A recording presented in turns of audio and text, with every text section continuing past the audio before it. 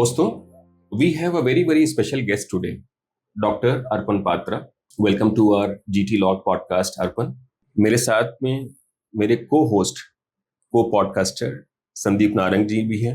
Arpan is a clean air expert और Sandeep sir बहुत ही acclaimed national sustainable construction expert हैं. I think Arpan, the discussion is a free flow discussion, okay? And you have done your bachelor's in chemical or chemistry honors. Yes. Then you have done your MSc or master's in maybe environmental science and engineering, and then your PhD also in the environmental science and engineering from IIT Bombay. इतना सब कुछ पढ़ने के बाद ये एक maybe natural question बनता है, why you have such an inclination in terms of getting into the environmental field? Maybe I think I'll also elaborate the question कि थोड़ा अपने बारे में बताएं, because you being from the maybe I think the Bong land, how you have such inclination to come into environmental field and start your career in this area. Thank you, Anurag sir. Thank you, Sandeep ji, for having me here. Actually, environmental science engineering ऐसा कभी नहीं था कि मुझे पढ़ना है, frankly. But ये है कि जब मैं बेसिकली आसनसोल से हूँ और आसनसोल दर्शक को बता देते हैं. आसनसोल एक बेसिकली वेस्ट बंगाल का एक टायर 2 सिटी स्मॉल सिटीज है इंडस्ट्री बेल्ट में.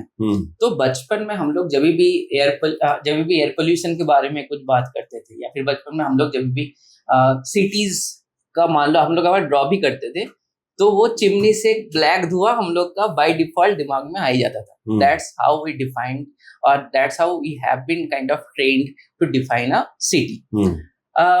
Then एक जब आप ऐसे मैं बोल रहा कि मैं एक मिडिल क्लास फैमिली से बिलोंग करता हूँ, तो जब आप मिडिल क्लास फैमिली में बिलोंग करते हो ना, रीजन कुछ भी हो, आपको बहुत सारे सस्टेनेबिलिटी के पार्ट सिखाए जाते हैं. जैसे कि अगर आप रिड्यूस, रीयूज, रिसाइकल, ये सब ना आप तभी भी सीख जाते हो और ये आपका डेली लाइफ का पार्ट होता है. इसके लिए अलग से कोई आके पढ़ाता नहीं है, आपको अलग से कोई ट्रेनिंग नहीं होते.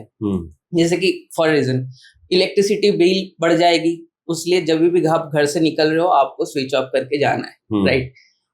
ये तब सिखाया गया था ताकि आप इलेक्ट्रिसिटी ज्यादा यूज ना करो. And that is a reduce of how you can actually reduce the resources, reduce use of resources.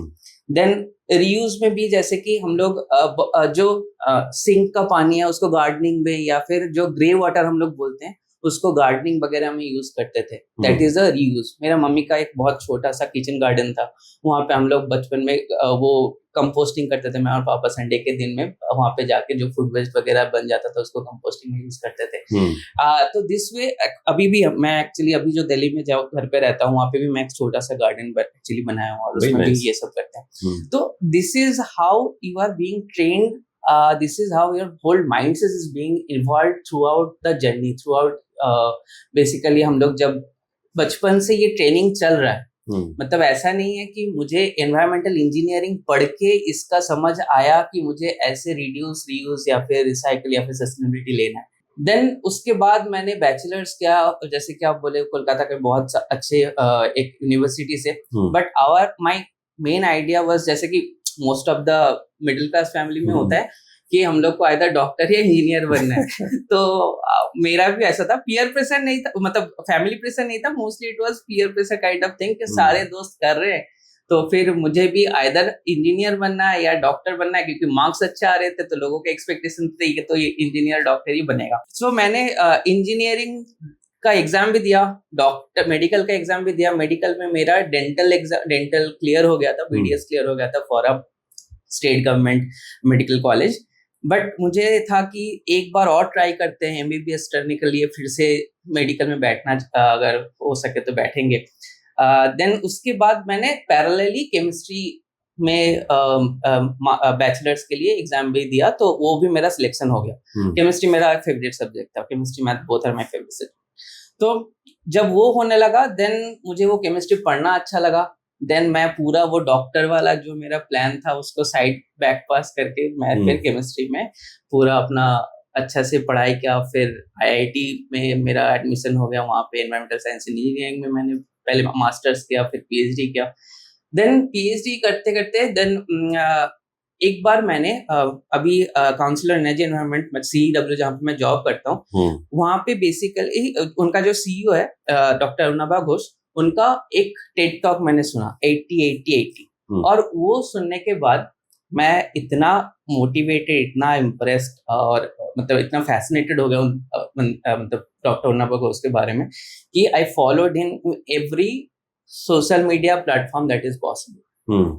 जब PhD खत्म होने वाला था, then I wrote to him कि अगर कोई जॉब अपॉर्चुनिटीज है, I want to work with you.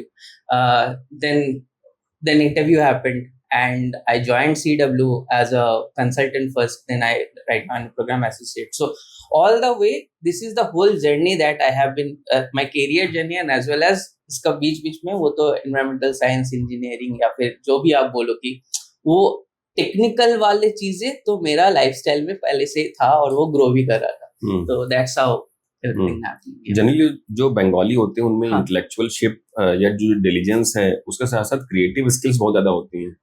तो apart from the formal education, what are other creative skills that you have?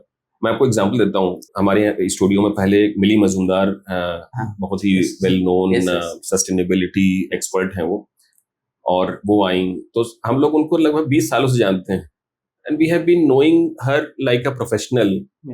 वो आई और उन्होंने बताया कि she is a classical dancer, और फिर वो सिंगर भी हैं, क्लासिकल सिंगर हैं, and then we got to know the hidden talent और the maybe I think the creative skills that the person has. तो वो उन्होंने बताया कि किस हिसाब से इन जनरल कोलकाता या वेस्ट बंगाल में this is also one of the specific और मे बी स्पेशल स्किल जो लोग बचपन से सीखते हैं और बड़े होते हैं। बिल्कुल, क्रिएटिविटी तो मतलब उस मिट्टी में ही है आई गेस। फ्रैंकली तो मैं भी आर्टिस्ट तो था बचपन से। मैंने बचपन से वो ड्राइंग कंपटीशंस वगैरह बहुत जीते हैं। अच्छा। देन क्विज बहुत करते थे, इधर उधर जाते थे। जब बैचलर्स में आया एंड देन जब मैं मास्टर्स पे आया IIT बॉम्बे में, then I took one particular passion या फिर one particular hobby to my heart, that is a dramatics. तो मैंने बहुत ज्यादा ड्रामेटिक्स या फिर एक्टिंग किया। एक दो ड्रामा मैंने स्टेज पे डायरेक्ट भी किया है। Some of them are actually available on YouTube। अच्छा। यस। तो ऐसे मतलब वो जो क्रिएटिविटी वाला बात बोल रहे हो, यस मैंने ड्रामा आर्टिस्ट या फिर ड्राइंग ये सब मैंने किया है। यस।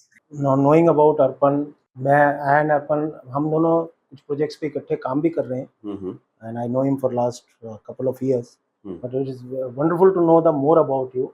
और हमारे को ना हमारे इस प्रोग्राम को काफ़ी स्टूडेंट्स फॉलो करते हैं, तो अब उसके लिए सिर्फ स्टूडेंट्स की तरफ से मेरा एक क्वेश्चन है आपके लिए कि ये भी एक रेयरिटी है कि कोई केमिस्ट्री ऑनर्स करके या बैचलर्स में केमिस्ट्री है और उसके बाद to get into IIT, where जहाँ पे इंडिया के इतने सारे इंजीनियर्स एस्पायर करते हैं कि भी हमें IIT से एमटेक करने का मौका मिले। तो वो एक प्रोसेस के बारे में आप थोड़ा सा बताइए ताकि और बाकी के स्टूडेंट्स भी जो इस तरह की एस्पिरेशंस रखते हो तो उनको भी कुछ एक मार्गदर्शन हो। और दूसरी बात ये है कि अपने एक्सपीरियंसेस IIT बॉम्बे के और जो आपके कलकत्ता के कॉलेजेस के कोई ऐसे एक्सपीरियंसेस जो जिनसे कुछ स्टूडेंट्स रिलेट कर सके या इंस्पायर हो सके, और रिसर्च पर्सपेक्टिव के भी कुछ ऐसे एक्सपीरियंसेस आप हमारे साथ शेयर करिए। बिल्कुल। सो जब मैंने बैचलर्स किया तब कॉलेज में या फिर कलकत्ता यूनिवर्सिटी में ये IIT जैम करके एक एग्जाम होता है। तो उसमें बेसिकली कलकत्ता का बहुत सारे स्टूडेंट्स जो जनरल साइंस पे है वो लोग ये एग्जाम को बहुत अच्छे से फॉलो करते हैं। We actually take some time tuition classes to crack this IIT JAM exam. तो हम लोग जब केमिस्ट्री ऑनर्स जब मैं कर रहा था तब I actually had a eye on this, and तो उसमें मैंने वो chemistry IIT JAM exam clear किया। Then there was a counselling and all, then IIT Bombay happened. तो ये बात उसका है, वो IIT जैम का क्वेश्चन का स्टैंडर्ड बहुत ज़्यादा टफ है and that is very different from any honours exam. तो ये हम लोग उस हिसाब से ट्रेंड होते थे। उस IIT जैम के लिए क्या क्या पढ़ना है, क्या कब कब तक कौन सा एग्जाम आ रहा है, उसके लिए उसका प्री में क्या क्या जानना है, पोस्ट में क्या क्या जानना होता है, ये सब चीज़ें हम लोग पढ़ते थे। और कौन से IITs में किस किस सब्जेक्ट के ऊपर आपको ये चांसेस मिलेंगे, जैसे आईआईटी बॉम्बे में है एनवायरमेंटल साइंस ऑफ इंजीनियरिंग, और एक है energy science of engineering. Both you can actually join through this jam, अगर आप केमिस्ट्री या फिजिक्स मैथ्स ये 3 बैकग्राउंड से हो। Then there are some ISers which are actually having a good kind of explore if you want to actually do scientific research kind of this thing. Then जब आप research में when I say कि masters में जब मैंने join किया, at the first day I was not a researcher. अब वो रिसर्चर ना, जब मैं खुद अभी देखता हूँ कि मास्टर्स में मैं कैसा था, तो वो थ्रू आउट द जर्नी आप एज ए रिसर्चर ग्रो करते हो। You start asking things, you start being more curious about everything, and you start asking right things at the right places. That's how the researcher grows. जैसे कि मैं, जैसे आप बोल रहे थे कोई एक इंटरेस्टिंग अगर इवेंट है, मैं मुंबई म्यूनिसिपल कॉर्पोरेशन MCGM के साथ एक तब प्रोजेक्ट कर रहा था जब I was in IIT। Then वहाँ पे it was my PhD first year, और वो मुंबई के जो कमिश्नर थे उनके साथ हम लोग का मीटिंग था ग्रुप में, मतलब my professor took me for that meeting, और उस मीटिंग में मुझे प्रेजेंट वगैरह करना था। तो अभी तक जो ट्रेनिंग था मुझे पता था कि ये क्वेश्चंस आ सकते हैं, इसके लिए मैं जितना हो सके पढ़ाई करके गया था। और जैसे कि मान लीजिए ये PM 2.5 कंसंट्रेशन क्यों बढ़ गया, इसके लिए मुझे पता था कि ये चीजें हुआ है, इसके लिए PM 2.5 कंसंट्रेशन बढ़ गया है। या फिर PM 2.5 कंसंट्रेशन 5 दिन बाद क्या होगा, तो उसके लिए क्या क्या फोरकास्ट मॉडल आप कर सकते हो, या फिर कौन सा कंसर्न कहाँ से आपका पॉसिबल सोर्सेस ऑफ कंसंट्रेशन कहाँ से आ रहा है। तो जो साइंटिफिक वाला पार्ट है दैट आई क्लियर, मतलब जितना भी लेवल लिटरेचर हो, लोगों से बात करके हो, पीयर्स का बहुत ज्यादा इंपॉर्टेंस रहता है आपका रिसर्च में, तो मैंने वो किया। बट जब वो प्रेजेंटेशन खत्म हुआ, then that guy forgot his name, उन्होंने मुझे ये पूछा सो व्हाट, जिसका कोई आंसर आपके पास नहीं होता है, जिसको आपको मतलब ये कोई आप रिसर्च कर रहे हो बट क्यों कर रहे हो, उसका इम्पैक्ट क्या है, ये सारी चीजें आपको आगे लेके जाता है। जितना आप वो सोचोगे कि मैं ये इस तरह से करता हूँ इसलिए ये मेरा टारगेट ऑडियंस है, ये हेल्पफुल होंगे, अगर मैं इसको इस तरफ से करूँ तो ज्यादा लोग हेल्पफुल होंगे। तो इस हिसाब से जब आपका PhD रिसर्च आप सोचने लगते हो, देन आप और भी ज्यादा मैच्योर होते हो, आप और भी ज्यादा चीजें पढ़ना स्टार्ट करते हो, आप और लोगों के साथ रीच आउट करने की कोशिश करते हो। जैसे कि मेरा PhD टॉपिक ये था कि traffic related air pollution exposure for inside different transport micro environments. तो उसमें मैंने मुंबई में जो bus, metro, car, then auto rickshaw, सब में मैंने इनसाइड एनवायरमेंट में एयर पोल्यूशन का क्या कंसंट्रेशंस रहते हैं, एयर पोल्यूशन का कितना लेवल्स रहते हैं, ये मैंने पढ़ा किया। जब ये तो मैं समझ गया कि ये वाले अगर मोड से जाओगे या फिर मोड A से जाओगे या फिर मोड B में जाओगे फॉर द सेम डिस्टेंस, आपको किसमें ज्यादा एयर पोल्यूशन एक्सपोजर ज्यादा होगा, कम होगा। बट प्रॉब्लम वहां पे नहीं है। प्रॉब्लम ये है कि एक आदमी A से क्यों जा रहा है और B से क्यों जा रहा है, ये आपको जानना है। मान लो मेरे पास हो सकता है कि मेरे पास टाइम कंस्ट्रेंट नहीं है, बट इकोनॉमी या फिर trip cost is a constant, मैं ज्यादा पैसा नहीं खर्च कर पाता हूँ उस टाइम पे। बहुत सारे लोग हम लोग के ऐसे होते हैं कि A to B जाने में मान लो अगर मैं कैब किया तो मुझे 200 रुपये लगेगा, अगर मैं मेट्रो किया तो 20 रुपये में काम हो जाएगा। मेरे पास पैसे बचाना या फिर trip cost is a major factor, तो मैं मेट्रो से जाऊंगा रादर देन मैं पब्लिक ट्रांसपोर्ट, रादर देन मैं कार या फिर कैब से जाऊंगा। तो ये सारे कौन से साइकोसोशियल फैक्टर है जो आपका कम्यूट चॉइस को बेसिकली इम्पैक्ट कर रहे हैं, ये सारी चीजें मेरा स्टडी का अंदर था। और जब ये सब करने के लिए फॉर द सेम रेसिडेंस मैंने हाई राइज बिल्डिंग के लोगों को रीच आउट किया कि आपका कम्यूट चॉइस किस किस चीजों के लिए इम्पैक्ट होता है। और लो मान लीजिए जो स्लम टाइप एरियाज है, वहां पे जब लोगों से मैंने रीच आउट किया तो उनको जब पूछा कि आपका कम्यूट चॉइस दोनों करे, दोनों अपने बिजनेस के लिए या फिर दोनों अपने काम के लिए हर रोज निकल रहे हैं, तो आपको पर्सपेक्टिव नजर आएगा। देन जो मैं एक्सपोजर वाले बात कर रहा हूँ ना, वो exposure is basically is a factor of that commute choice. It's not basically they are thinking कि मुझे ये कम्यूट चॉइस, इस कम्यूट में इसलिए जाना है या फिर इस कम्यूट में इसलिए जाना है।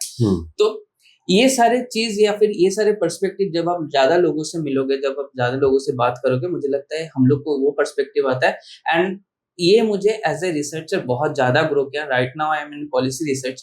पॉलिसी रिसर्च में भी बहुत सारी चीजें होते हैं जो साइंटिफिकली हम लोग को लगता है कि अरे ये जगह पे ये चीज होना चाहिए, बट आप पता है कि वो होना कितना ज्यादा मुश्किल है।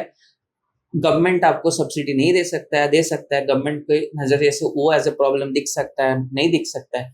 या फिर जो भी स्टेक होल्डर है, जैसे कि हम लोग जब कंस्ट्रक्शन में भी काम करते हैं, कंस्ट्रक्शन एरिया में भी काम करते हैं, वहाँ पे कंस्ट्रक्शन वर्कर जो लेबरर है, उसके कंस्ट्रक्शन वर्कर जो हर रोज कंस्ट्रक्शन उतने ज्यादा डस्ट धूल लेते हैं, एक्सपोज होते हैं उतने ज्यादा उसके लिए, लेकिन डेली अर्निंग ज्यादा इम्पैक्ट कर रहा है अभी भी, रेदर देन वो कितना एयर पोल्यूशन से एक्सपोज हो रहा है। तो ये सब चीजें जब आप उन लोगों से बात करोगे तभी पता चलेगा। That's what basically main things है। I have a follow up question कि जो आपने एग्जाम का बताया, यूजुअली लोगों के एक मन में, मैं I this was till I heard from you, मेरे को ये लगता था कि गेट ही is the only way of getting into IITs for the higher studies. तो ये एग्जाम ऑल ओवर इंडिया होता है या सिर्फ वेस्ट बंगाल में होता है? All over India for all the bachelors in maths, chemistry and physics, they can take admission into IITs, and this is something very good that has come out of the discussion. जो है हाँ, JAAM. so it's good, very good, and thank you for this information for the students also. जो हमारे बाकी colleges के students इसको देख रहे होंगे podcast को, तो they can spread this and everybody should take the advantage of getting to higher studies जिसकी aspirations हो ऐसा. Absolutely, sir. So, Arpan, one more question with respect to the research and maybe the practical aspects of the problems. So, generally क्या है कि what we have seen, जो academia जो research कराती है, वो कुछ जो government initiated problems हैं, उस पे वो assignment की तरह उनको मिलता है और वो project करते हैं, वही research का part बन जाता है. But in general, research, if we look at maybe Indian context में versus maybe when we look at the universities or institutes जो बाहर करते हैं, do you feel that there is a difference in terms of the research infrastructure का difference है, approach का difference है, या मतलब what is the difference that you see? I personally don't believe approach का ज्यादा difference है। मेरा बहुत सारे दोस्त जो इंडिया में हम लोग एक साथ PhD किए थे, और all of us are of same IQ level और same research robustness और research background का, तो ज़्यादा as a researcher आपका difference नहीं होता है। Mostly आप certain same kind of thoughts पे ही सोचते हो, थोड़ा ज़्यादा आप effectively सोचते हो या फिर थोड़ा कम effectively सोचते हो in terms of research methodology। Problem हो जाता है आपका obviously infrastructure में। जैसे इंडिया में बहुत अभी मैं कल या परसों कुछ पढ़ा था कि वहाँ पे रिसर्च में थोड़ा कम, जितना पैसा हम लोग को अभी तक लगाना चाहिए उसमें बहुत कम पैसा लगा हुआ है। जो बाहर में शायद प्रॉब्लम इतना ज्यादा नहीं है। कुछ इंस्ट्रूमेंट है जो इंडिया में, मान लीजिए जैसे हम लोग एक इंस्ट्रूमेंट यूज करते थे CPC करके, वो पूरा इंडिया में मेरे टाइम पे शायद 1 या 2 ही था, और बाद में अभी तो बहुत सारे लोग बहुत सारे केसेस में यूज कर रहे हैं। तो ये सारे डिफरेंस है, और ये सब चीजें इंस्ट्रूमेंट वगैरह लाना, पैसा अगर हो भी जाए फिर भी बहुत सारे टेक्निक्स है, जैसे कि मतलब आपको कस्टम में रोका जाएगा, या फिर आपको उस इंस्ट्रूमेंट का कुछ पार्ट खराब हो गया तो फिर बाहर से लोग आएंगे वो इंस्ट्रूमेंट सही करवाने। आपको इंडिया में उतना ज्यादा इंफ्रास्ट्रक्चर या फिर लैब फैसिलिटीज नहीं मिलेगा उसको प्रॉपर कैलिब्रेशन का, तो ये आपको research in terms of schedule या फिर टाइम में डिले कराता है आपका। मैं बहुत सारे लोगों को ऐसे देखा हूँ, ये जब डिले होता है तब उनका वो मोटिवेशन भी थोड़ा कम हो जाता है। तो ये प्रॉब्लम है, that what I can say. But मैं ये नहीं बोलूंगा कि लोगों, यहाँ कई लोगों में रिसर्च टेम्परमेंट और बाहर के लोगों में रिसर्च टेम्परमेंट अप्रोच में कोई ऐसा इशू अप्रोच में कोई डिफरेंस तो नहीं है। और maybe with respect to the government initiatives, क्योंकि गवर्नमेंट कभी-कभी इस तरीके की एकेडमिया एंड इंडस्ट्रीज को के जो कोलैबोरेशन है उसको फैसिलिटेट भी कराती है। तो for example we have department of science and technology, उसके कुछ ऐसा प्रोग्राम्स हैं क्या जहाँ पे जो रिसर्चर हैं they can work on a particular may be outcome based approach, है ना? तो ऐसा कुछ प्रोग्राम्स हैं तो आप बताएं। जैसे कि डीएसटी में ऐसे आप डायरेक्ट कुछ प्रपोजल्स के लिए जैसे फंडिंग वगैरह के लिए भी अप्लाई कर सकते हो. DST also help you to improve as a researcher. उनका जैसे एक अवसर करके एक प्रोग्राम है, अवसर AWSAR. और वहाँ पे क्या होता है, हर एक पीएचडी या फिर पोस्ट डॉक स्टूडेंट्स को आपके आप पीएचडी में रिसर्च या फिर थीसिस में जो काम कर रहे थे उसे एज ए रिसर्चर नहीं या फिर एज ए जर्नल पब्लिकेशन या फिर रिसर्च पब्लिकेशंस नहीं, उसे एज ए स्टोरी बताना होता है, which is more important I believe. मतलब आप, मेरा गाइड मुझे ऐसे ही बोलते थे, आप जो काम कर रहे हो लैब पे, जब तक आप ये काम आपका नीस को, मतलब आपका जो सराउंडिंग में कोई बच्चा है या फिर आपके जो बूढ़े अंकल्स वगैरह है या फिर ग्रैंडफादर ग्रैंडमदर है, उनको जब तक एग्जैक्टली नहीं समझा पा रहे हो कि आप क्या कर रहे हो और उससे उनका क्या हेल्प होगा, तब तक वो रिसर्च आप ना खुद समझ नहीं पा रहे हो या फिर आप ना खुद सब लोगों को समझा पा रहे हो. तो ये जो ट्रेनिंग है, ये सब ट्रेनिंग जो डीएसटी का अवसर का मैं बात कर रहा था, ये training and this kind of environment is very much required for a blooming researcher. इस अवसर बेसिकली होल्ड्स अ कंपटीशन जिसमें आप लोग पैन इंडिया में लोग बेसिक अपना रिसर्च के लिए 2 पेज या 4 पेज का स्टोरी बना के देते हैं. देन उस कंपटीशन का कुछ prize money and certificate felicitation सब कुछ होते हैं. मैं एक्चुअली खुद 2020 में वो अवसर का बेसिकली जीता हूँ. I was rank 10 in that competition. अच्छा. Yeah. और क्या मतलब what was the topic of your competition? So as I said कि मुझे जैसे कि उसमें आपको एक स्टोरी, आपका रिसर्च का स्टोरी बनाना होता है, उसका एक हेडिंग देना होता है. तो I kept it to go or not to go, that is the question. So basically to go and not to go. To go or not to go, that is the question. मतलब आपको A से B position में जाना है और अगर जाना है तो कौन से मोड लेके जाना है. So that's how I basically framed my whole research. और वो भी क्योंकि मैं मुंबई में कर रहा था, तो it starts with कि गणेश पूजा के टाइम पे बहुत ज्यादा कंजेशन है, आपको A से B पॉइंट तक जाना है, देन वो कंजेशन के लिए आपके एक्सपोजर का क्या प्रॉब्लम होगा, आपका ट्रैफिक, आपका ओला वगैरह आप बुक करोगे तो ज्यादा प्राइस सर्च हो जाएगा, तो आप जाना चाहते हो नहीं जाना चाहते हो, क्या कॉस्ट आपको लगेगा. This is basically commute selection, commute choice selection. That is basically what I highlighted on a backdrop of daily problems, daily life problems. और इस तरह के प्रोग्राम्स स्टेट्स में भी हैं क्या? मतलब फेडरल स्ट्रक्चर में तो मैं समझता हूँ कि DST plays that role, augment करती है रिसर्च ओरिएंटेड. ऐसे बहुत सारे वर्कशॉप वगैरह होते हैं. जैसे आई रिमेम्बर कोलकाता में भी साइंस सिटी में एक इवेंट हुआ था जहाँ पे 2-3 इंस्टीट्यूट के बहुत मतलब एमिनेंट साइंटिस्ट को बुला के और पब्लिक पॉलिसी लोगों को भी बुला के वहाँ पे वो लोग एक रिसर्च सिम्पोजियम टाइप ऑफ एक इवेंट कराए थे 2 दिन के. वहाँ पे प्रॉपर आपको सिखाया जाता है कि एक प्रॉब्लम को आपको सिस्टम 1 थिंकिंग में कैसे सोचना है, सिस्टम 2 थिंकिंग में कैसे उसको लेके जाना है, या फिर सिस्टम 2 थिंकिंग से सिस्टम 1 में कैसे कन्वर्ट कराना है. एंड ऑल्सो उसको आप मीडिया के सामने सेम रिसर्च को आप मीडिया के सामने कैसे प्रपोज करोगे. मान लो मुझे एक प्रपोजल लिखना है, मैं कोई प्रपोजल, साइंटिफिक प्रपोजल लिख रहा हूँ, और वो प्रपोजल आप जब फाइनेंस डिपार्टमेंट के सामने प्रपोज करोगे it will be something different. आप जब MOFCC के सामने प्रपोज करोगे that will be something different. मतलब पैकेजिंग कैसे चेंज हो जाएगी, कौन से डिपार्टमेंट का बाय इन कैसे लेना है, कौन से डिपार्टमेंट के बारे में जब आप कुछ बोल रहे हो तो कैसे बोलना है, उस चीज को कैसे ग्लोरीफाई करना है, देन कैसे गैप निकाल के आपको अपना रिसर्च के बारे में बोलना है. ये सब चीजें उसमें सिखाया गया था. That was very good. Very nice. तो ऐसे होता है. बट और दूसरे स्टेट या मतलब स्टेट या कोई सिटी लेवल में कुछ होता है कि नहीं, that I don't know yet. तो अर्पण, जैसे स्टोरी टेलिंग क्या है कि हमारे जो इंडियन कल्चर में क्या है कि एक लिगेसी एक्टिविटी है. मतलब ग्रैंड पेरेंट्स बताते थे पेरेंट्स को, पेरेंट्स ने इस जनरेशन को बताया.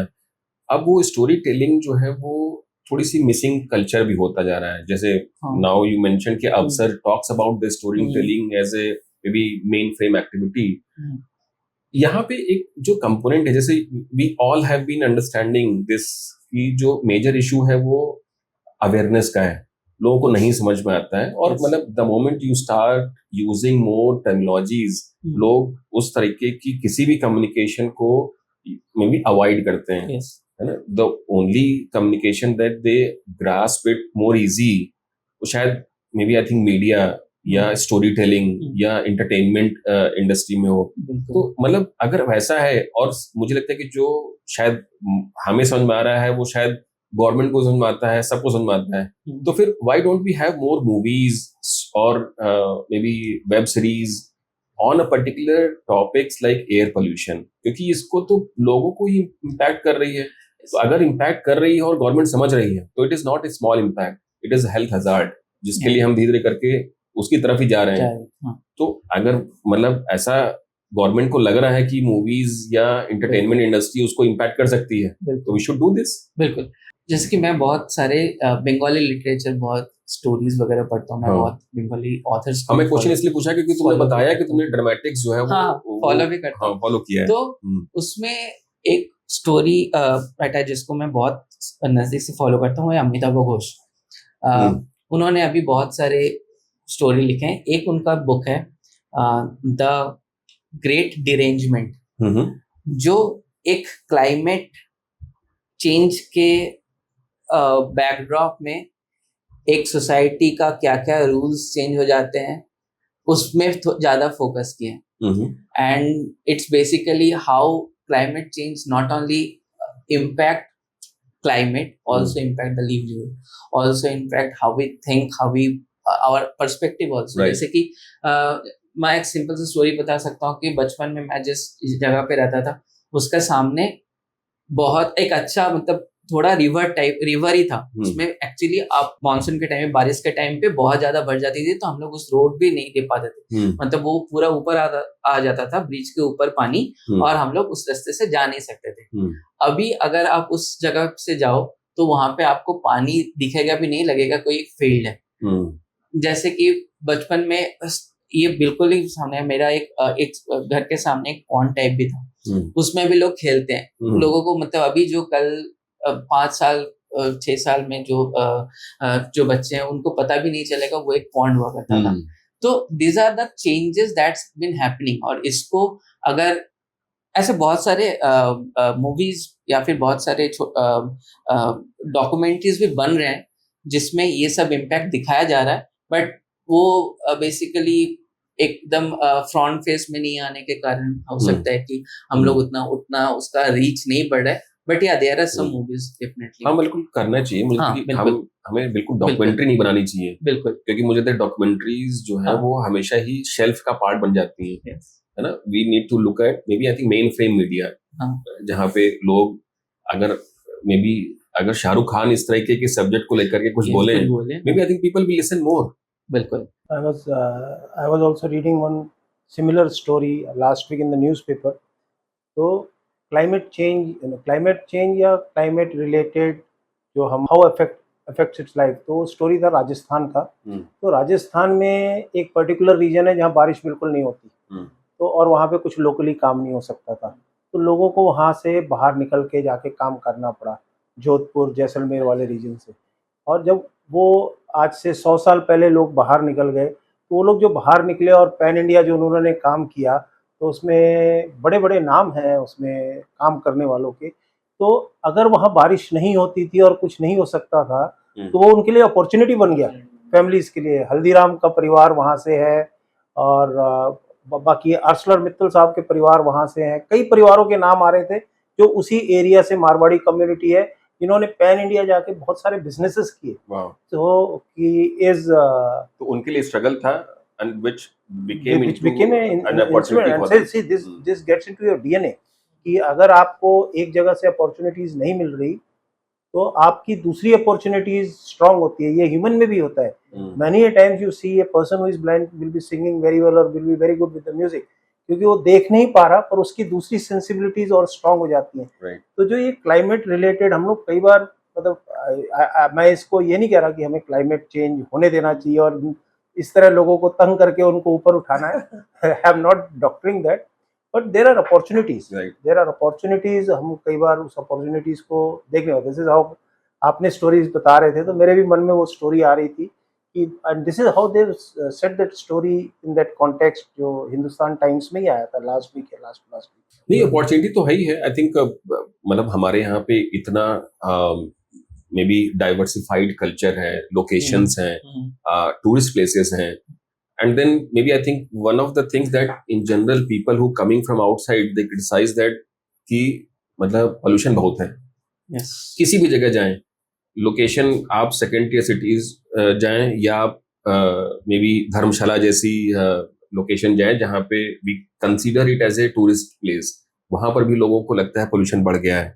तो क्या है, ये जो कंपोनेंट है वो कहीं ना कहीं एक उदासीनता का भी प्रतीक है। मतलब गवर्नमेंट या पब्लिक सेक्टर, प्राइवेट सेक्टर इस चीज को लेकर के बहुत अभी भी एक्टिव या प्रोएक्टिव नहीं है compare to maybe I think some of the locations और सम ऑफ द कंट्रीज जहां पे ऐसा वी हैव सीन कि फॉर एग्जांपल जैसे आप मतलब यूएई देखिए या दुबई देखिए, आइडियली एक जब शुरुआत हुई उसकी इकोनॉमिक ग्रोथ की तो एक oil as a maybe I think main commodity की तरह था। Now they are focusing more on the tourism, जहां पे उनका मेन फोकस है कि एयर पोल्यूशन कैसे कंट्रोल कैसे किया जाए।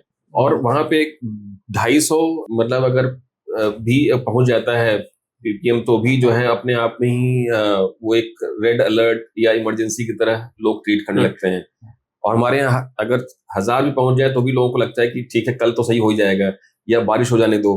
तो इस तरह की जो अप्रोच है which basically leads to lot of maybe I think such hazard जो शायद अभी नहीं दिख रहे but maybe I think next generation में उसका इम्पैक्ट और इफेक्ट दिखेगा। जैसे कि मतलब मुझे पर्सनली मुझे ये लगता है कि जब तक हम लोग कोविड को अच्छा से ट्रीट किया, मतलब कोविड को जितना हम लोग गवर्नमेंट एज एन इमरजेंसी जितना ट्रीट किया था for a huge country like India, it was a very good project government tip. Similarly Covid के कारण उस साल में जितने लोग का डेथ हुआ था एयर पोल्यूशन के कारण, उस मतलब सिमिलर रेंज में या फिर उससे ज्यादा भी डेथ होते हैं, जो लिटरेचर भी सजेस्ट करता है। जब तक हम लोग ये नहीं बोल रहे हैं कि ये this death has been because of air pollution, तब तक हम लोग उसको सीरियसली नहीं लेंगे। अभी तक हम लोग एयर पोल्यूशन का हेल्थ इम्पैक्ट अभी भी उतना ज्यादा अच्छा से इंडियन केसेस में हम लोग स्टडीज भी नहीं किए, तो फिर वो डॉक्यूमेंट भी करना अभी स्टार्ट किए हैं। वो डॉक्यूमेंट अभी हम लोग पॉलिसी में नहीं आया, बट हम लोग अभी through out different research mediums हम लोग कर रहे हैं कि एयर पोल्यूशन का हेल्थ के साथ क्या इम्पैक्ट है, एयर पोल्यूशन क्या क्या एयर पोल्यूशन को चेंज या फिर रिड्यूस करके हम लोग हेल्थ इम्पैक्ट को कैसे रिड्यूस कर सकते हैं। ये काम अभी हम लोग करना स्टार्ट किए हैं इन लास्ट 5-6 ईयर्स। अभी रिसेंटली बहुत सारी स्टडीज भी आए हैं एयर पोल्यूशन हेल्थ इम्पैक्ट लेकर। तो जब तक ये मेन स्ट्रीम या फिर मेन पॉलिसी मेकिंग का पार्ट नहीं हो रहा है, I think we are still missing the discussion कि हम लोग कहाँ पे जाना चाहिए और हम लोग कहाँ पे जा रहे हैं। जैसे आपने कहा death because of air pollution, similarly please tell us more about कि जो हमारी लाइफ कम हो जाती है, this is it's not about death, ये आदमी हम मरे नहीं पर हाँ, पर जो हम 80 साल जी रहे थे दिल्ली में, मेरे ख्याल 10 से 11 साल का कहते हैं इम्पैक्ट है दिल्ली की एवरेज लाइफ को। If you live in Delhi तो आपकी एवरेज लाइफ कम हो जाती है। हमारे को इस बारे में भी थोड़ा सा बताइए। That's also a similar bigger problem then, मतलब ये नहीं है कि डेथ तो अगर 5% पॉपुलेशन की हुई, बाकी 95% पॉपुलेशन के मे बी प्रोडक्टिव ईयर्स वो कम हुए, इसके बारे में बताइए। एयर पोल्यूशन में सिर्फ डेथ है, डेथ तो काफी लास्ट स्टेज में जाके डेथ है, बट उसके पहले भी बहुत सारे आपका जैसे पल्मोनरी इम्पैक्ट हो गया या फिर हार्ट डिजीज हो गया। अभी तो बहुत सारे इम्पैक्ट, बहुत सारे ऑर्गन्स को एयर पोल्यूशन या फिर पार्टिकुलेट डायरेक्टली इम्पैक्ट कर देते हैं, क्योंकि वो डायरेक्ट इनहेलेशन हम लोग करते हैं। तो hospitalisation with air pollution is also a problem. वो अभी तक डेटा हम लोग के पास एज सच गवर्नमेंट में कहीं पे डॉक्यूमेंट नहीं है, बट दूसरे कंट्रीज में अगर जाएं तो जैसे कि कोई लैटिन अमेरिका सिटीज या फिर अफ्रीकन कंट्रीज में हम लोग जाएं, they have started right now basically giving it a priority, and also they have seen कि अगर मैं एयर पोल्यूशन कम कर रहा हूँ कोई एक एरिया में, तो उस एरिया में हॉस्पिटलाइजेशन या फिर number of deaths is also proportionately कम हो रहा है। तो there is a correlation between air pollution and hospitalisation and DALY, जो आप बोल रहे थे basically DALY adjusted life years, DALY करते हैं, डेली कहते हैं उसको, उस हिसाब से आपका वर्क एफिशिएंसी कितना कम हुआ, उस हिसाब से आपका टोटल ह्यूमन रिसोर्स टाइम कितना कम हुआ, एंड उसका क्या इकोनॉमिक इम्पैक्ट है। जैसे कि मान लीजिए हम लोग कंस्ट्रक्शन सेक्टर पे काम करते हैं, कंस्ट्रक्शन सेक्टर पे अगर बहुत ज्यादा एयर पोल्यूशन होने के कारण कोई एक लेबर या कोई एक वर्कर का मान लीजिए ब्रीथिंग का प्रॉब्लम हो रहा है, तो वो अच्छे से काम नहीं कर पा रहे,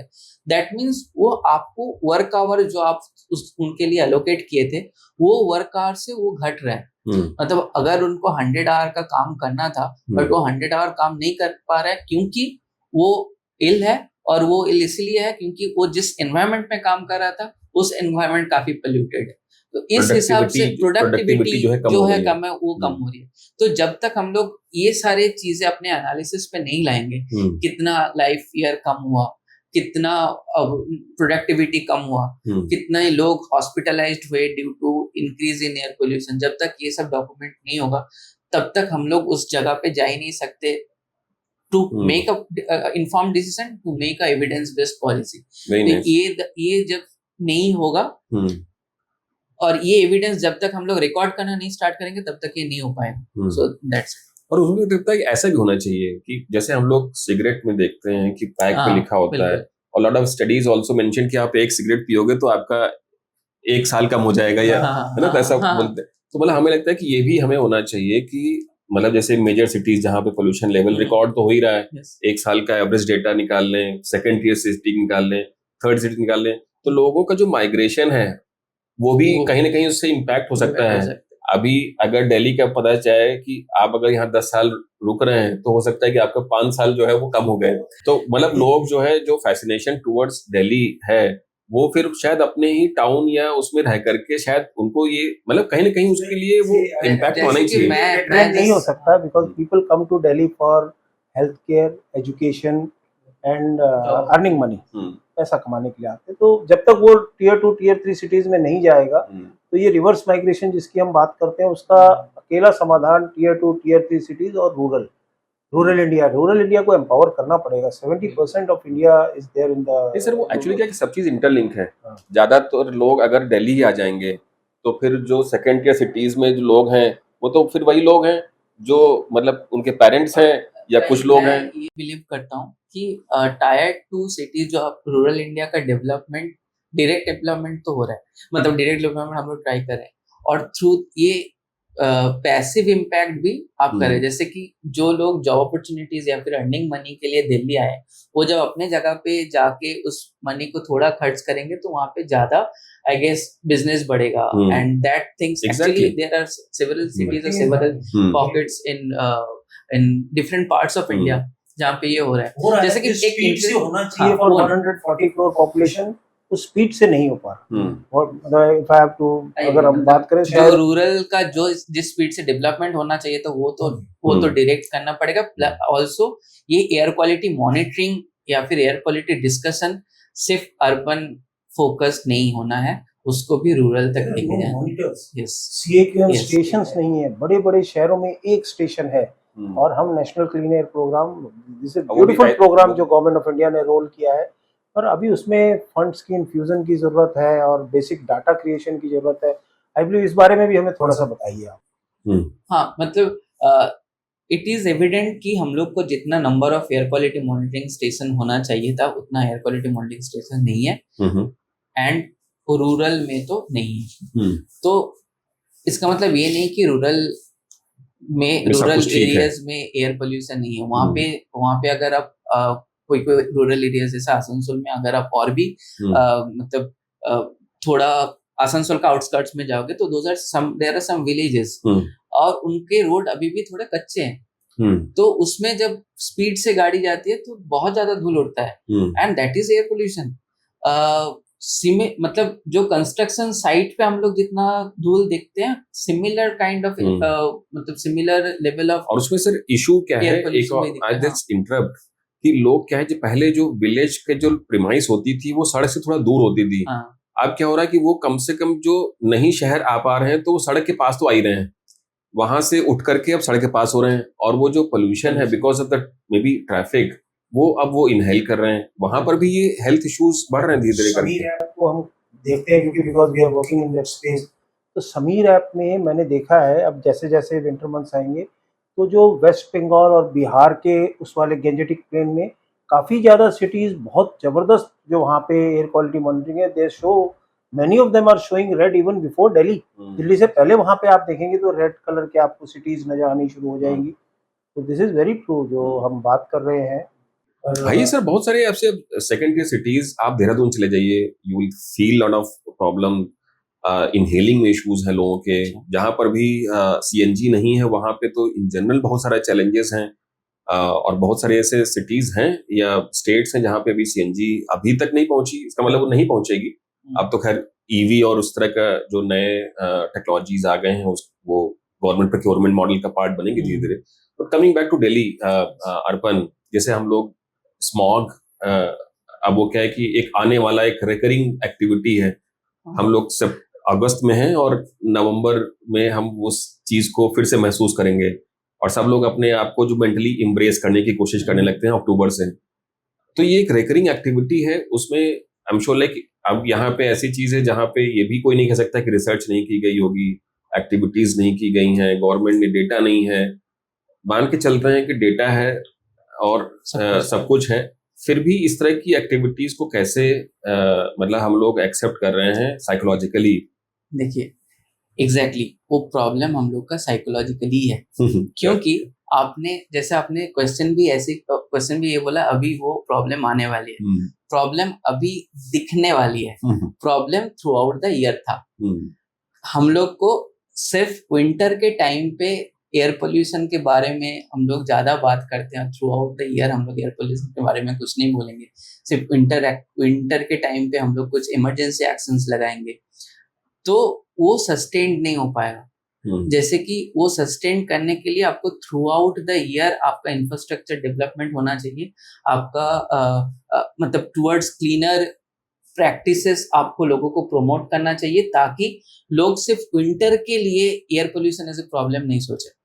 जैसे कि मान लीजिए हम लोग अगर throughout the year monitoring कर रहे हैं तो और हम लोग ये देखते हैं कि कंस्ट्रक्शन मेजर प्रॉब्लम हो जाता है विंटर के टाइम पे, कंस्ट्रक्शन बैन्स लग जाते हैं, अगर ग्रैब 4th स्टेज पे आते हैं उस टाइम पे कंप्लीट कंस्ट्रक्शन बैन।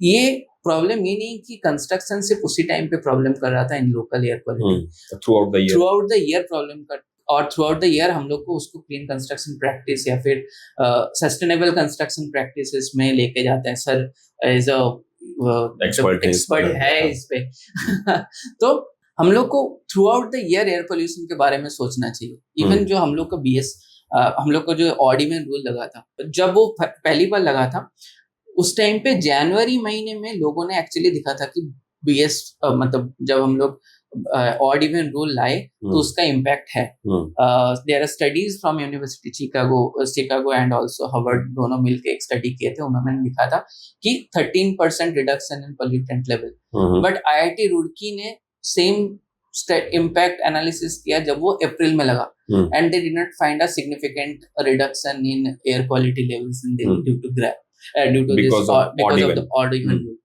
तो ये सारे प्रॉब्लम है, और इवन जिस टाइम पे वो ऑड इवन रूल चला था वो फॉर दिस 15 डेज, उसका नेक्स्ट दिन जब वो मंडे में सारे व्हीकल्स स्ट्रीट पे आ गए, तब वो एक्यूआई बहुत ज्यादा इंक्रीज कर गया था rather than वो लास्ट जो 15 डेज में था।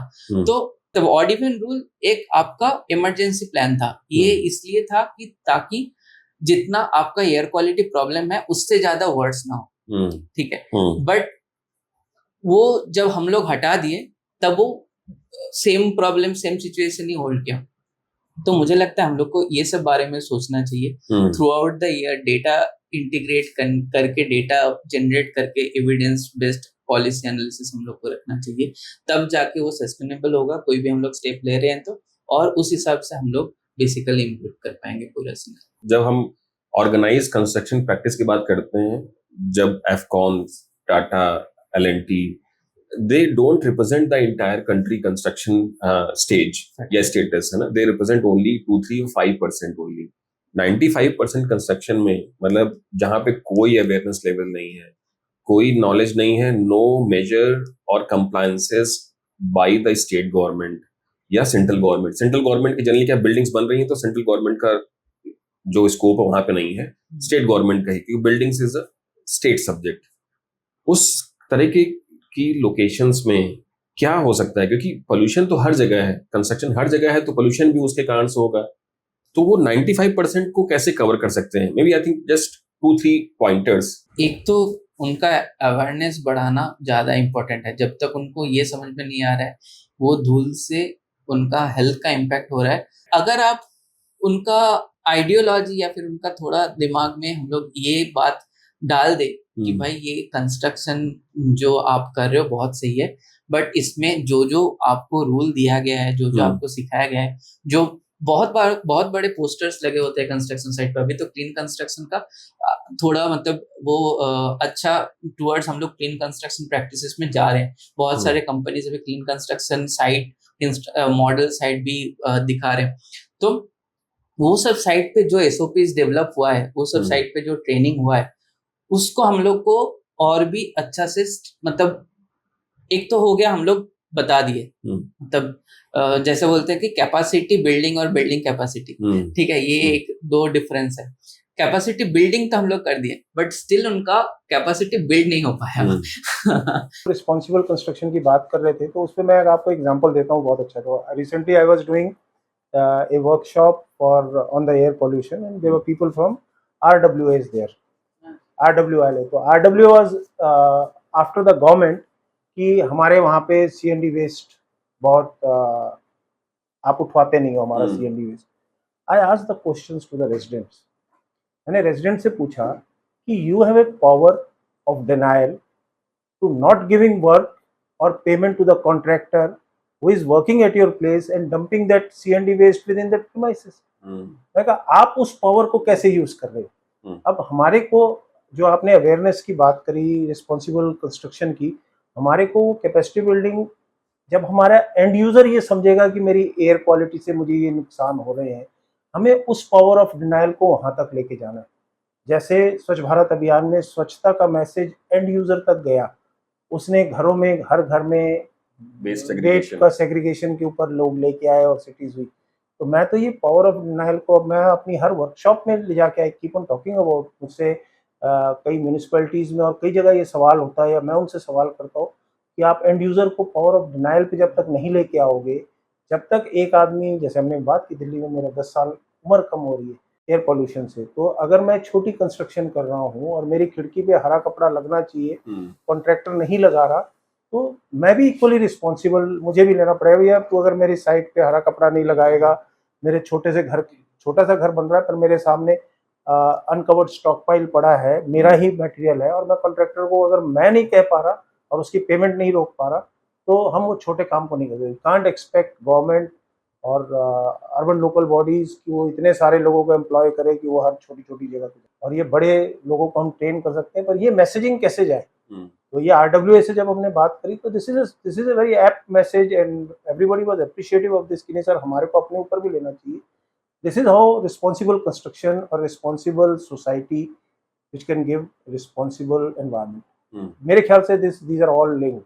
We have to work for that. This is one of the ways out for a big country like India, जहाँ पे एजुकेशन जो है हर एक के पास उतनी नहीं है, हमें अपने से नीचे वालों को एजुकेट करना। These are the steps. I believe this is one of the answers from my side for the question. तो अर्पण रैपिड फायर राउंड है आपके लिए, है ना, थोड़ा सा इंटरेस्टिंग बनाते हैं। तो एक कॉमन मिसकंसेप्शन क्या है, मिथ क्या है एयर पोल्यूशन के बारे में? बहुत सारे हैं, बट अच्छा ठीक है, अगर जो मेरे दिमाग में पहले आ रहे हैं, air pollution is not limited by administrative boundaries. Okay, so ऐसा नहीं हो सकता कि जैसे हम लोग बोले थे कि अगर अर्बन एयर पोल्यूशन है तो उसका इम्पैक्ट रूरल में दिखेगा, अगर इस वार्ड में एयर पोल्यूशन है तो दूसरे वार्ड में एयर पोल्यूशन दिखेगा, अगर इस सिटी में एयर पोल्यूशन है तो नेबरिंग सिटीज में भी एयर पोल्यूशन का इम्पैक्ट है। ऐसा नहीं हो सकता कि एक एडमिनिस्ट्रेटिव बाउंड्री से हम लोग क्लीन एयर और नॉट सो क्लीन एयर को हम लोग डिफरेंशिएट कर सकते हैं। The second question is, tell us about a book on climate change that you think every जो हमारे यहाँ पे इस पॉडकास्ट को देख रहे हैं उन्हें पढ़नी चाहिए। The great derangement by Amitabh Ghosh. the great derangement. derangement when the person did this. तो एयर पोल्यूशन पे भी कोई बुक है? There are many. Novel type में? नहीं, नॉवेल टाइप में जैसे इसका मैं अलग से बोला ना कि इसका एक स्टोरी चलता है बैकड्रॉप में, क्लाइमेट इम्पैक्ट दिखाता है, ऐसे एयर पोल्यूशन बैकड्रॉप में और एक दूसरा स्टोरी चल रहा है, ऐसे मैंने कुछ सुना है. ओके, ठीक है. पॉलिसी पार्ट पे बताइए कि कोई most impactful policy change that you have seen in India. It should be the BS4 to BS6 जो हम लोग लीपफ्रॉग किए थे इन टर्म्स ऑफ व्हीकल्स एमिशन, वो दैट इज अ मास्टर. और बाहर क्या है? बाहर बहुत सारे, जैसे बोगोटा का मैं ट्रांस मिलानो करके बस रैपिड ट्रांजिट सिस्टम है. उसका actually Bogota as a city public transport बहुत ज्यादा डेवलप किया है, और उसमें ये ट्रांस मिलानो करके जो BRTS सिस्टम है वो हर दिन आई थिंक एक बोगोटा 10 मिलियन पॉपुलेशन का सिटी है, उसमें 85% पब्लिक ट्रांसपोर्ट यूज करते हैं, और अराउंड 250 किलोमीटर वो बस रूट वगैरह. And not only it's only bus route, it's actually so much gender inclusive. उनका एक उनका जो मेयर है, मेयर लोपेज, उनका मैं एक पॉडकास्ट या इंटरव्यू टाइप सुन रहा था. वो मेयर ट्रांसपोर्टेशन, पब्लिक ट्रांसपोर्टेशन को इम्प्रूव क्यों करना चाहिए, और उसके रीजन में बोल रहे हैं कि there are so many women in my city whose time will be lost because they are not getting accessible to the public transport. So she is right now making a transportation network to supporting different like feeder system and all, so that overall million women का जो time बच जाएगा, और उससे उनको एक sustainable overall growth of the city देखना चाहिए. So this is a wonderful. Please आप लोग एक बार कभी, मैं सबको भी बोलूंगा कि कभी उनका अगर कोई पॉडकास्ट या फिर कोई इंटरव्यू हो, बहुत सारे हैं, उनको एक बार सुनिएगा. तो बोगोटा सिटी कैसे इम्प्रूव किया है अपना पब्लिक ट्रांसपोर्ट सिस्टम. 1990 में बहुत प्रॉब्लम था, और उसके बाद अभी 2023 में और उनका 2050 तक जो प्लान है इम्प्रूविंग ट्रांसपोर्टेशन, पब्लिक ट्रांसपोर्टेशन, बहुत ज्यादा fascinating. Tell us about a personal habit that helps reduce your own personal carbon footprint. There are many, but एक हैबिट जो मैं बिल्कुल प्रॉमिस करता हूँ कि I won't buy a private car. मैं कभी भी प्राइवेट कार मेरे खुद के लिए नहीं खरीदूंगा. ठीक है, तो मतलब coming back to normal questions, जैसे हम लोग ग्रैप की बात करते हैं, तो मतलब ग्रेडेड रिस्पांस एक्शन प्लान जो कि गवर्नमेंट ने एक अपना एक इफेक्टिव मेजर या टूल की तरह बनाया है. अब इसमें क्या है कि बहुत सारी इंडस्ट्रीज को ये इम्पैक्ट करता है. जो पोल्यूशन मेकिंग इंडस्ट्रीज है उनको उस टाइम पे ग्रैप अगर इनैक्ट हो गया तो वो उसको उस समय बंद करना पड़ता है. ट्रांसपोर्ट में भी इस तरह से ही है कि BS4 के जो आपके व्हीकल्स हैं वो उस समय नहीं चला पाते हैं, BS6 ही सिर्फ अलाउड है, ऑड इवन हो जाता है. Similarly for the construction industry, this is where we talk about the maximum employment generation industry.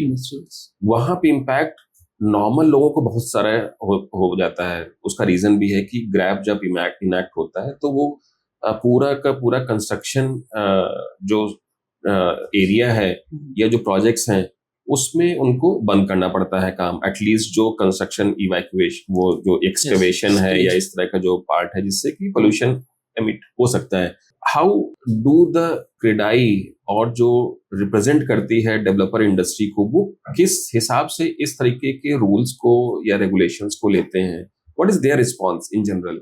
Yes, definitely GRAP के डिफरेंट स्टेजेस होते हैं. डिफरेंट स्टेजेस में कंस्ट्रक्शन इंडस्ट्री को डिफरेंट वे में वो इम्पैक्ट करता है. जैसे ग्रैप स्टेज 4 में जाएंगे तो कंप्लीट कंस्ट्रक्शन बैन है, और तब हम लोग को ये भी नहीं पता है कि वो बैन कब तक खुलेगा. तो उसके लिए जो प्रॉब्लम ये होता है कि, और ये मोस्टली दिवाली के आसपास होते हैं, तो प्रॉब्लम ये हो जाता है कि आप 15 दिन का ग्रैप लगाओ, या फिर 15 दिन के लिए जो आपका ग्रैप लगाया है, उसके इम्पैक्ट में जो लोग दिवाली के टाइम, जो लेबर्स आपको दिवाली के टाइम घर गए थे, वो अभी नहीं आते. उनको पता है कि अभी दिल्ली में जाएंगे तो फिर काम तो अभी नहीं मिलना है. तो 1 महीने का वो डिले हो जाता है. और वो 1 महीने का डिले आपको 3-4 महीने in terms of project timeline, then RERA का आपके पास कुछ ऑब्लिगेशंस भी है, ये तो वो अलग से आपको हिट करता है. अभी जैसे कि मैं पहले बोल रहा था कि अभी स्टिल क्रेडाई, नरेटको, ये लोग अभी क्लीन कंस्ट्रक्शन के हिसाब से सोच रहे हैं। जैसे कि हम लोग जो कंस्ट्रक्शन साइट पे काम करते हैं वहाँ पे प्रॉपरली क्लीन कंस्ट्रक्शन वगैरह अभी इम्प्लीमेंट हुआ है। तो अभी वो पर्सपेक्टिव थोड़ा चेंज हुआ है। अभी गवर्नमेंट भी शायद सोच रही है कि उसको सिर्फ हर कंप्लीट ब्लैंकेट बैन लगा के जो मेजर पोल्यूटिंग एक्टिविटीज है वो पोल्यूटिंग एक्टिविटीज को अगर हम लोग बैन कर सकते हैं, जैसे कि हम लोग लास्ट एक ईयर से एक कंस्ट्रक्शन साइट पे हर एक दिन का एयर पोल्यूशन मेजर किया with what are the activities happening at the site. तो आई वुड से कि this might be only construction site in India जहाँ पे एक साइट में 9 एयर क्वालिटी मॉनिटर्स है with a AWS, that is automated weather station. तो हम लोग को ये पता चलता है कि वेदर कहाँ से आ रहा है, विंड कहाँ से फ्लो हो रहा है, विंड का अपविंड में कौन इम्पैक्टेड हो रहा है, डाउनविंड में कौन इम्पैक्ट होने वाला है, उनका प्रोजेक्ट शेड्यूल क्या है। और उस हिसाब से हम लोग ये भी बताते हैं कि इस टाइम पे अब तो जो डस्ट मिटिगेशन शेड्यूल टाइप हम लोग जो बोलते हैं, जो प्रोजेक्ट शेड्यूल के साथ एक डस्ट मिटिगेशन शेड्यूल होना चाहिए, ये चीजें अभी क्रेडाई या फिर नरेट को जो ऐसे बॉडीज हैं इनको आई थिंक कंपलसरी या फिर मैंडेटरी करना चाहिए for all the larger project more than 20,000 square metre वाले जो प्रोजेक्ट है and year around the year project schedule, मतलब अराउंड द ईयर, मतलब आप उस टाइम पे अगर आपको पता है, it's basically supported by a forecast system. अगर आपको पता है कि उस टाइम पे आपका एयर पोल्यूशन बढ़ने वाला है तो आप और गवर्नमेंट ने अगर इस काम को तब अलाउ कर रखा है ड्यूरिंग ग्रैप पीरियड्स, तो आप उस टाइम पे आपका शेड्यूल ऐसे बनाओ ताकि आपका वो टाइप का काम ही रहे, ताकि ये जो लेबर्स के लिए प्रोडक्टिविटी लॉस्ट हो रहा है, लेबर्स के लिए आपका ओवरऑल फाइनेंशियल बर्डन वगैरह project cost in terms of project cost आ रहे, ये कम हो सके। ये मेरा suggestion. Okay. Academic research gives way to lots of policy interventions. You talked about Bogota का जो आपने हमें बताया एक एग्जांपल, तो कुछ इस तरह का एग्जांपल जो हमारे इंडिया या भारत देश के लिए अगर आप कोई हमें बता सकते हैं। एक्चुअली कुछ दिन पहले ही आई थिंक बोगोटा का मेयर इंडिया में आए थे और उन्होंने बेंगलोर में आए थे एंड हर कोट अनकोट पूरा इंटरव्यू में उन्होंने यही बोला था कि द प्रॉब्लम और challenges that Bangalore is currently right now facing, Bogota had to go through the same problem. तो ऐसा नहीं है कि बोगोटा वाला सिस्टम हम लोग बैंगलोर में प्रॉपर्ली रेप्लिकेट नहीं कर सकते। तो first they started with a political will. अगर आप 1990 का बोगोटा स्टोरी पढ़ोगे तो there are so many inter like migration happening, intercity migration happening, so that's what happened कि बहुत ज्यादा लोग सिटी सेंटर में बढ़ गए और बहुत कम बसेस थे और that buses used to be run by only private owners. तो उनका in terms of service, in terms of road safety, ये सारे बहुत सारे प्रॉब्लम होते थे 1990s के एंड में।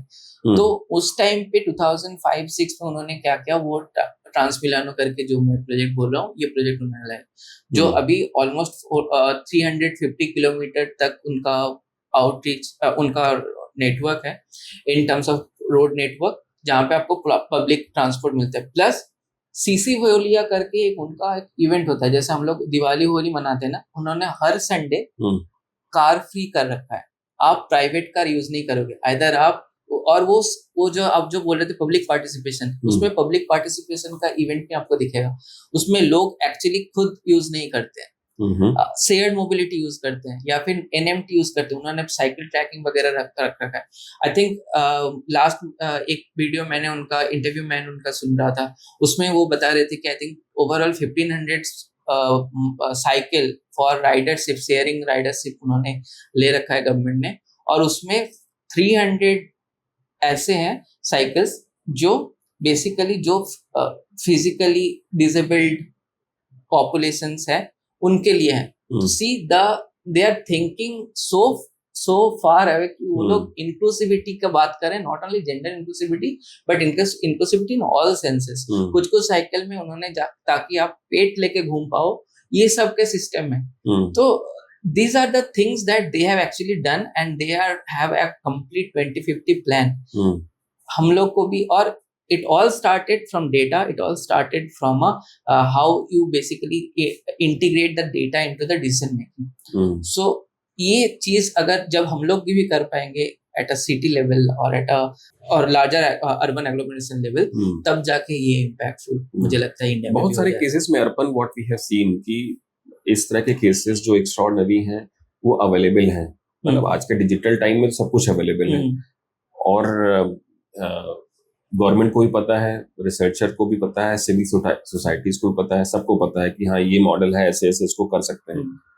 बट जो मेजर जो मे बी हिच कह लो या जो मेजर इशू जो लोग क्लेम करते हैं इस तरह की नॉन एडॉप्शन के लिए, वो बोलते हैं कि पॉपुलेशन डेंसिटी बहुत ज्यादा है compare to let's say very specific model. बोलते हैं यहाँ हमारे यहाँ तो लोग ही इतने ज्यादा हैं एंड द बेस्ट इंफॉर्मेशन लोगों को सबको पता है, बच्चे को पता है कि हम 1.5 बिलियन हो रहे हैं। तो ये क्या है कि ये अपने आप में एक रेजिस्टेंस, पहला रेजिस्टेंस यहाँ हो गया। फिर बोलते हैं कि साइज बहुत ज्यादा है, इनॉर्मस साइज है। बैंगलोर सिटी का साइज देख लो, हो सकता है 100 किलोमीटर की डायमीटर हो उसकी, कंपेयर टू अदर सिटी, चाहे वो यूरोप में हो या कहीं पर भी हो, वो ज्यादातर 20-25 किलोमीटर है। तो ये जो बेसिक पैरामीटर पे जो लोग अपने साइज को लेकर के, डेंसिटी को लेकर के जो आर्गुमेंट करने लगते हैं, it also reflects the resilience from the government side also in terms of non adoption of such models. उसको कैसे दूर करें? एडॉप्शन और रेप्लिकेशन में एक डिफरेंस है। हाँ, हम लोग जो वहां पे हो रहा था उसको रेप्लिकेट नहीं कर सकते, सेम 1-to-1 हम लोग उसको मर्ज नहीं करा सकते। करेक्ट। हम लोग को थोड़ा ज्यादा इंडिजिनाइज होना पड़ेगा। जैसे कि हम लोग का अर्बन पॉपुलेशन बहुत ज्यादा है, हम लोग पब्लिक मोड पे अगर जाएंगे, पब्लिक ट्रांसपोर्टेशन में जाएंगे, हम लोग का राइडरशिप कम है। अब राइडरशिप इसलिए कम है कि लोगों का कॉन्फिडेंस नहीं है। मुझे ये नहीं पता कि मैं अगर बस स्टैंड पे खड़ा हुआ तो 10 मिनट में नेक्स्ट बस आने वाला है। अगर मुझे ये पता हो जाएगा देन थ्रू मतलब ओवर द ईयर मैं शायद उसमें बस पे जाना ट्राई करूंगा, या फिर हर रोज मैं अपना कैब नहीं लेके, अपना कार नहीं लेके, जैसे मेट्रो की तरह 2 दिन में हफ्ते में 2 दिन मैं बस से जाना चाहूंगा। Even for my cases also, जब मैं ऑफिस से आता हूँ तब मैं बस लेता हूँ, क्योंकि मुझे ये पता है कि मैं घर कभी भी अगर 10 मिनट 15 मिनट लेट भी पहुंचा मुझे कोई प्रॉब्लम नहीं। बट मैं जब ऑफिस जाता हूँ that time I used to take auto services, क्योंकि मुझे उस पर्टिकुलर टाइम पे ऑफिस में पहुंचना होता है, क्योंकि उसमें हम लोग ये कंप्रोमाइज नहीं कर सकते। तो जब मुझे ये भी लगेगा कि अरे बस तो टाइम पे आ रहा है, सुबह इस टाइम पे आएगा, मतलब उसमें 1-2 मिनट में डिफरेंस में वो आ जाएगा या फिर उसी टाइम पे आएगा, तो फिर मैं बस के लिए खड़ा हो जाऊंगा बस स्टैंड पे। मैं तब ऑटो सर्विस लेके पब्लिक ट्रांसपोर्टेशन ना यूज करने का कोई एग्जाम्पल नहीं क्रिएट करूंगा। तो वो कॉन्फिडेंस बढ़ाना एंड एज वेल एज उसका पब्लिसिटी करना, ये बहुत ज्यादा इंपॉर्टेंट है। मेट्रो में लोग इसीलिए चढ़ते हैं क्योंकि मेट्रो का टाइम बहुत फिक्स्ड है, मेट्रो का रूट बहुत फिक्स है। लोगों को पता है कि इतना, जैसे आप मेट्रो स्टेशन में जाओगे वो आपको बताता है 5 सेकंड में आपका ट्रेन आएगा, और मोस्टली 90% केसेस में वो 5 मिनट में ही आता है या 5 सेकंड में ही आता है।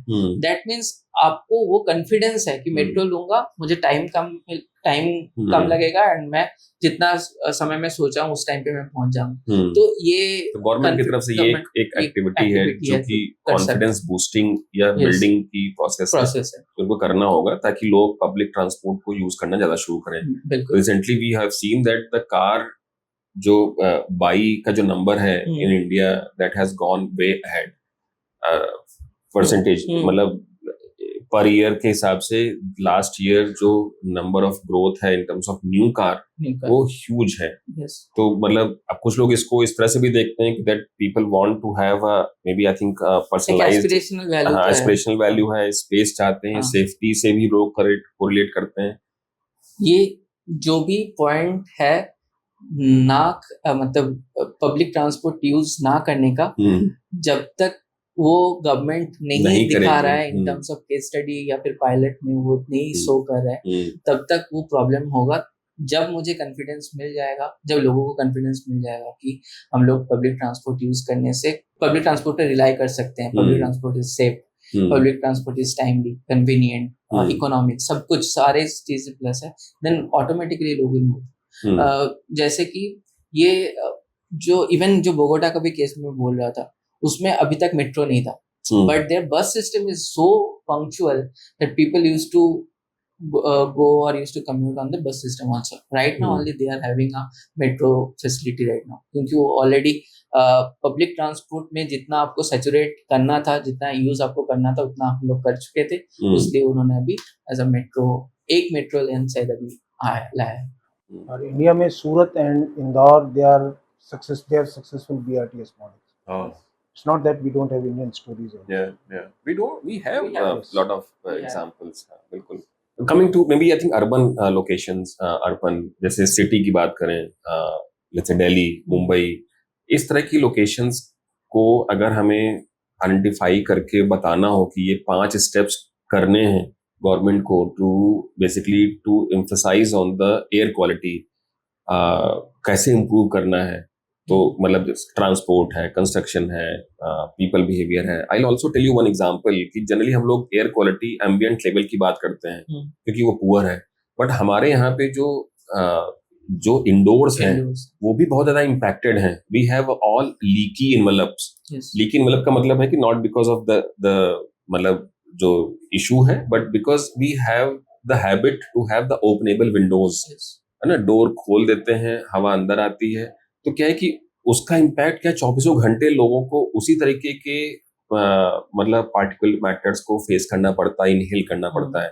जबकि आप कई सारे ऐसे भी कंट्रीज आप देखिए जहां पे बाहर हो सकता है डस्ट हो, बट अंदर you have all maybe conditioned sealed environment. कम से कम 12 घंटे 14 घंटे तो लोगों को उस इम्पैक्ट को फेस नहीं करना पड़ रहा है. तो अगर 3 बेस इनिशिएटिव बोले जाएं तो क्या करने चाहिए? इनिशिएटिव्स आने के पहले अब बिल्कुल एक मजेदार स्टोरी में बताता हूँ. प्लीज.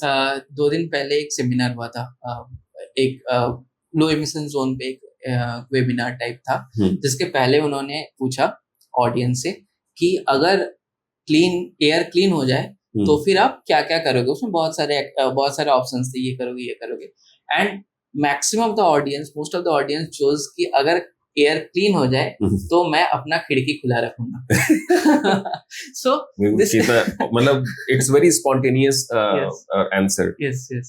हाँ, अगर एक तो टेक्नोलॉजी इंटीग्रेटेड, डेटा इंटीग्रेटेड आपको पॉलिसी होना चाहिए, जैसे फोरकास्ट वगैरह अभी बहुत अच्छा डेवलप कर चुका है हम लोग का फोरकास्ट सिस्टम. उसको हम लोग ग्रैप के टाइम पे एटलीस्ट यूज कर सकते हैं ताकि लोगों को पता चले इतना दिन अपना ग्रैप होने वाला है, एंड लोग उस हिसाब से अपने शेड्यूलिंग या फिर उस हिसाब से अपना जो भी काम है बेसिकली प्लान कर पाएंगे. तो एक तो डेटा इंटीग्रेटेड सिस्टम हो गया फोरकास्ट जो मैं बोल रहा हूँ. सेकेंड है अवेयरनेस बिल्डिंग करना चाहिए. अवेयरनेस बिल्डिंग मतलब हम लोग को हर सुबह पेपर देख के ये नहीं पता करना है कि ग्रैप के टाइम पे आज क्या मेजर लगा है और आज बस चलेगा या फिर आज मुझे कैब लेके जाना पड़ेगा. ये इसके लिए मुझे अगर मैं पहले से अगर लोगों को बताता हूँ कि these are the things that going to be happen by these days, the air quality, because a concentration of pollutant is not only a source specific story, उसमें मेट्रोलॉजी भी बहुत ज्यादा इम्पैक्ट करता है. और हम लोग दिल्ली एक लैंडलॉक होने के कारण हम लोग वो मेट्रोलॉजी वाला इम्पैक्ट देखते हैं एक्चुअली. तो ये सारे चीजें अगर आप पॉलिसी या फिर अवेयरनेस बिल्डिंग, लोगों का पब्लिक पार्टिसिपेशन, बिहेवियर चेंज, ये सब उस हिसाब से करो ताकि लोग पहले से ही पता हो जाए लोगों को. पीपल शुड बी अवेयर कि हम लोग का एयर क्वालिटी ऐसे इम्प्रूव या रिड्यूस या फिर डिक्रीज होने वाला है, तो फिर उस हिसाब से मैं अपना प्लान कर पाऊंगा. एंड थर्ड थिंग इज जो भी इंटर गवर्नमेंटल या फिर प्राइवेट ऑर्गेनाइजेशन जो भी स्टेक होल्डर्स है, उनका अपने में एक क्रॉस कोलैबोरेशन होना चाहिए. Cross collaboration among department. अगर ट्रांसपोर्ट डिपार्टमेंट, अगर लेट्स से पोल्यूशन डिपार्टमेंट में कुछ मेजर्स रखे हैं तो वो स्ट्रॉन्ग इम्प्लीमेंट हो रहा है कि नहीं, ट्रांसपोर्ट डिपार्टमेंट को देख सकता है. या फिर एयर पोल्यूशन केसेस में भी अगर कुछ डिपार्टमेंट ने कुछ पॉलिसीज लगा के रखे हैं तो जो लोकल यूएलबीज है उनको भी देखना चाहिए वो एक्चुअली फॉलोज हो रहे हैं कि नहीं. तब जाके वो इंटर डिपार्टमेंटल जो कोलैबोरेशन मैं बोल रहा हूँ, ये 3 चीजें अगर हो सके तो फिर I think that can be hugely improve in terms of air pollution mitigation plans. Very nice. Maybe I think जो थर्ड पार्ट है अर्पण, मैं उस पर मतलब आई थिंक बिल्कुल। Just a followup question, data driven approach की हम लोग बात कर रहे हैं और इंटर डिपार्टमेंटल डेटा की बात कर रहे हैं। जनरली क्या है कि अगर वो डेटा अवेलेबल पब्लिक डोमेन में नहीं होता है तो रिसर्च जो है वो हमेशा ही स्ट्रगल करती है। हम्म। तो मतलब ये जो कंपोनेंट है उसको कैसे एडवोकेसी कैसे करें? मैं जस्ट वो कंस्ट्रक्शन साइट का प्रॉब्लम बताना चाहूंगा। उसमें भी डेटा था नहीं, but we generated evidence through monitoring. उनको हम लोग जब तक नहीं बता रहे हैं, ये रिसर्च एज ए रिसर्चर मेरा ये रहेगा कि जब तक हम लोग एयर पोल्यूशन का डिफरेंट सोर्सेज का कितना इम्पैक्ट है, कोई मिटिगेशन का कितना इम्पैक्ट है, जब तक ये गवर्नमेंट के पास ऐसा डेटा नहीं दे पा रहे हैं, तब तक उनको भी प्रॉब्लम होगा वो पॉलिसी मेकिंग में, तब तक उनको भी प्रॉब्लम होगा वो प्लानिंग में। तो ये तो एक प्रॉब्लम है। तो इसीलिए जनरेटिंग एविडेंस, अगर डेटा नहीं है तो generating evidence, we can actually should actually generate evidence through placing monitors, Correct. through monitoring air quality at different levels, at different spaces. मतलब इंस्टेंटेनियस डेटा ले लो। Yes, yes, that would actually help. मतलब अगर एक historical data नहीं है तो instantaneous data can be utilised. It may not be as accurate और as impactful, but at least for the sake of making the policy or making the maybe I think next step planning, इस चीज को utilise कर सकते हैं for the time being. बिल्कुल. Your expertise is in both environmental science and engineering. So how important is an interdisciplinary approach in addressing the environmental issue? That's the मतलब environmental issue को address करने के लिए सिर्फ एक पर्टिकुलर केमिस्ट्री जानने से या पर्टिकुलर फिजिक्स जानने से तो नहीं होगा, क्योंकि एनवायरमेंट इज जैसे द एयर वी ब्रीथ और द वाटर वी ड्रिंक, उसको कैसे सॉल्व करना है सिर्फ फिजिक्स से या फिर उसको फ्लूइड डायनामिक्स समझने के बाद मैं एयर कैसे मूव करेगा ये बता सकता हूँ, बट उसमें क्या क्या मूव कर रहा है, उसका कितना इन टर्म्स ऑफ रेसिडेंस टाइम कितना है, ये सब जानने के लिए मुझे केमिस्ट्री भी जानना होगा, मैथ्स भी जानने होंगे, मुझे जियोग्राफिकल लोकेशंस भी जानने होंगे। तो जब भी मैं एनवायरनमेंट का बात कर रहा हूँ, जब भी मैं कुछ बात कर रहा हूँ जो which is directly related to all the humans, to each one of us, तब उसको एक इंटीग्रेटेड वे से ही हम लोग सॉल्व कर पाएंगे। सिर्फ एक पर्टिकुलर सब्जेक्ट एक्सपर्ट से हम लोग वो सॉल्व नहीं कर पाएंगे, ये मेरा मानना है। Very good. Maybe I think your response is almost reflecting that you are a PhD holder, Dr. Darpan Patra. So I think last question from my side in terms of maybe I think for our listeners, maybe you have 25 to 30 years as a career that is left for you. What are your visions and goals, particularly for the air quality as a research or product or maybe government advocacy? Yes. What do you want to do? Right now okay, so अगर मैं दो हिस्से से मेरा career plan को अगर divide करूं, तो एक तो है रिसर्च वाला पार्ट।